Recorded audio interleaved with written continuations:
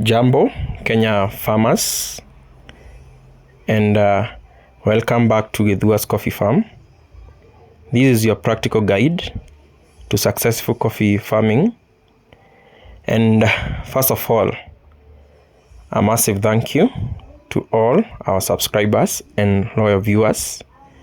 Your support, your comments, your questions keep us motivated to bring you real or the ground farming content every single time. If you are new here, hit that subscription button and turn on notification so you never miss an update from the farm. Today, we are diving deep in the May coffee program. And May is one of the most important months in our calendar. The long rains are continuing and our coffee trees are in the critical berry expansion and sizing phase. So what we do this month greatly determines the size, density, and quality of our beans at harvest. In this video, we'll cover everything you need to do right now. And the things that you're supposed to do in the May coffee program is CBD control, fertilizer application, that is also foliar feeding with the ASN and also CAN, pest control for pests like leaf skeletonizer, thrips, anesthesia bugs, leaf miners, and also we'll be looking at another very important activity, and that is weed control. Also desicking and close monitoring for anesthesia bugs. So grab your notebook and let's get into it. Why May is critical? The general farm work. That's what we'll be doing now. May is the beginning of the berry sizing phase. After flowering and also fruit set, you can see the berries are set. The cherries need plenty of support to grow big and heavy. If we neglect nutrition, we neglect disease or pest now, you'll pay for it with the smaller beans and also lower grades later. Always start by walking through your entire farm. Observe the general health of the trees, the leaf color, the berry development, and any signs of stress. So that you can be able to identify any disease, especially the CBD, that is coffee berry disease. First major activity is to make sure that you have walked around. What causes CBD? Coffee berry disease thrives in a cool, wet condition, and May can be a really risky month. So which are some of the symptoms that you are supposed to observe or maybe look for in the farm? For example, over here we have some berries which are dark, and this is a pest that have attacked these coffee berries. And but the CBD, you'll realize that there are dark sunken lesions on green berries that eventually turn the whole berry black and dry. So what are you supposed to do? You're supposed to use copper-based fungicide like Samaya, and you'll be able to have controlled the CBD. So you do the so-called tank mix with a protectant, and you spray thoroughly, covering all berries and also the leaves. So the timing that you're supposed to ensure, timing is very important, because apply at the onset or during any lingering wet weather. Always follow the label rates and also observe the pre-harvest intervals. So another activity that you're supposed to work on in your farm is straight fertilizer application. That is ASN, CAN, and high nitrogen foliar. Nutrition. This is the make or break for berry size. You're supposed to apply straight nitrogen fertilizer such as CAN. CAN stands for calcium ammonium nitrate, or ASN, that is ammonium sulfate nitrate. These supply the high nitrogen the plant needs for vegetative growth and berry expansion. So the recommended rate around 150 to 200 grams per tree. Once you do the granules, you split it if possible. Apply in a ring starting from about 30 centimeters from the stem towards the drip line. Remove mulch first. That's what you do at the base, and apply, then replace mulch or light cover with the soil. So high nitrogen foliar feeding is another application of fertilizer that you're supposed to look at, and you're supposed to supplement with foliar sprays rich in nitrogen. And foliar feeding gives quick uptake, especially if the soil is still cool or roots are not fully active.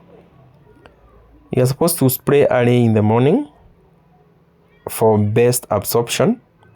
Mix well and use a sticker so that, especially during this season, or maybe the so-called spreader, like in my case I use Integra for better coverage. So that's the important thing you're supposed to do. So on pest control, in my coffee you can see leaf skeletonizers, thrips, anesthesia bugs, leaf miners may affect this plant. Therefore, you are supposed to make sure that you have done scouting all over your farm. So pest control is very important in May, because you'll be able to observe leaf skeletonizer. What is this? It's a larvae which eat the leaf tissues, leaving only the veins. Leaves look skeleton-like. And another pest that you're supposed to be looking at from your farm is the thrips. Thrips, they cause silvery or bronze leaves, especially in hot spots, and they suck sap and also distort young growth.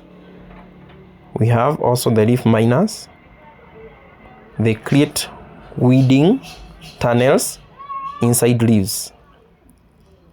Severe cases reduce photosynthesis. Also, I have another pest, that is anesthesia bug, and these are sneaky, and their work is they suck on berries and cause them to drop or become deformed, and they also introduce fungal issues. So it's good to walk your farm and check at least 20 to 30 trees for anesthesia. The threshold is low, around 1 to 2 bugs per tree, depending on your region. So what are you supposed to do to control the control measures? You're supposed to use recommended insecticides. In my case, I use Trigger Ace and also Asta Extreme. You alternate with Asta Extreme. So for sucking pests like thrips and anesthesia, you are supposed to control insecticides well using the maybe a pesticide known as thunder. Always mix with a sticker and rotate chemicals to prevent resistance. That's why you alternate. You spray early when populations are still low. So remember, healthy, well-nourished trees resist pests better. The other thing in our May program you're supposed to do is control weeds. And some of the likely weeds that you're supposed to observe from your farm are the couch grass, oxalis. So you should know that weeds compete with our coffee for nutrients, water, and also light. So target weeds this month, especially the couch grass. It's very aggressive. The day flowers, the oxalis. So manual slashing or digging out couch grass. That is one of the methods you are supposed to use. At times, the couch grass is very aggressive and it gets deep into the soil. It's good to do it manually and dig out couch grass. Use selective herbicide where appropriate, following label instructions carefully. Another thing that you're supposed to do is to control the weeds through mulching. After weeding helps suppress new weed growth and also retain moisture. So keep the area around the base of the tree clean plate for better fertilizer uptake and to reduce diseases. The other activity in your farm is desicking or monitoring for asbestos bugs. So desicking is an ongoing but very important in May, and this is where you remove suckers growing from the base of the main stem and unwanted shoots that crowd the tree, and this directs energy to the bearing branches and improves airflow and light penetration. How to do it? Use clean secateurs. Start from the top and work downwards. Remove suckers regularly every 2 to 3 months. While desicking, intensively monitor for anesthesia bugs. You shake branches gently or inspect berries and leaves. Early detection of anesthesia bugs saves your crop. I would like us to look at the role of high nitrogen foliar feed in coffee trees. And high nitrogen, that is foliar feed, refers to the liquid fertilizer sprayed directly on the leaves that contain a relatively high percentage of nitrogen. It's often combined with some micronutrients like zinc, boron, or magnesium. So foliar feeding delivers nutrients quickly through the leaves rather than through the roots. Main roles and benefits in coffee trees for high nitrogen foliar is that it helps in rapid nitrogen supply for the vegetative growth and berry expansion. Nitrogen is the most important nutrient for coffee during active growth phase. It is key building block of chlorophyll, proteins, and also enzymes. And high nitrogen foliar feed quickly boosts leaf greenness, and which improves photosynthesis. And this is the process that produces energy for the tree. So in May, when berries are in the expansion and sizing stage, This extra nitrogen supports berry feeding. It helps cherry grow bigger, heavier and denser for better bean size and also the grade. So high nitrogen also helps in quick correction, and soil uptake is limited. So soil applied nitrogen can be slow or inefficient due to various factors, and one of the factors is a cool or compacted soil after rains, root damages or disease, leaching during the heavy rains, dry spells that limit root activities. So foliar spraying bypass these problems and are absorbed directly through the leaf stomata within hours. So this makes it ideal as a supplement to your straight fertilizers in the May program. High nitrogen application, foliar application also helps to support during high demand period. Coffee has peak nitrogen demand during the vegetative flushing, and berry development and feeding, which happens in May to June in these areas. So the application of high nitrogen foliar helps to recover after stress, that is after maybe the pest attacks. So high nitrogen foliar helps maintain strong canopy growth while the tree is carrying a developing crop, preventing leaf yellowing, and that reduces yield potential. Another importance of high nitrogen foliar is that it improves nutrient use efficiency and also stress recovery. It can enhance the tree's ability to recover from stresses, and these stresses are maybe the cold nights or pest damage. So by restoring photosynthetic performance when combined with other elements like zinc or boron, it also supports better fruit set, reduced berry drop, and also overall plant health. Another importance is that it complements but does not replace the soil fertilization. So experts emphasize really on foliar feeding is a supportive tool, not a full replacement for ground applied fertilizers. So that is some of the importance. So the best practices for May coffee program is timing. Timing is very important, whereby you apply in the morning or late afternoon when leaves are dry but stomata are open. Early May is excellent as berries begin rapid expansion. That is the best practice of timing. Frequency is very important. Usually spray 1 to 2 sprays, and you space with 2 to 3 weeks depending on the tree condition. And another best practice is mixing.